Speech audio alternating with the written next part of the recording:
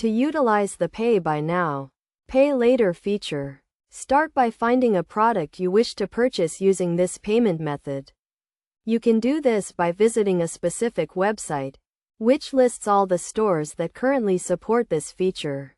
Once you've selected a product from one of these stores, add it to your cart and proceed to the payment options.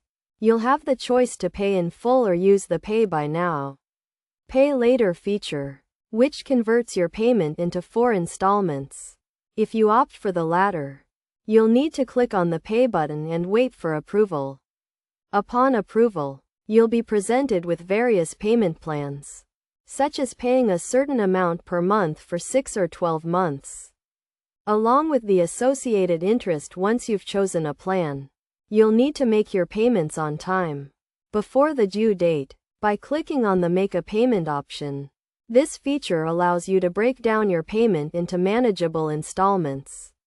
And by following these steps, you can successfully use the Pay by Now, Pay Later feature.